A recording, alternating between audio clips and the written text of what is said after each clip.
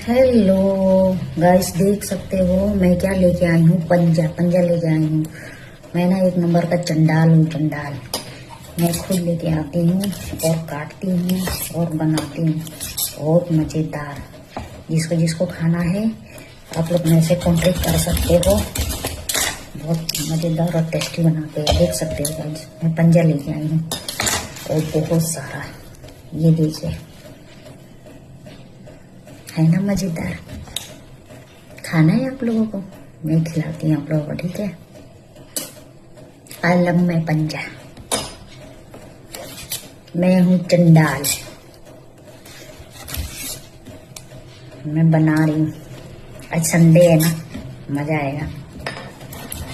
Bye bye.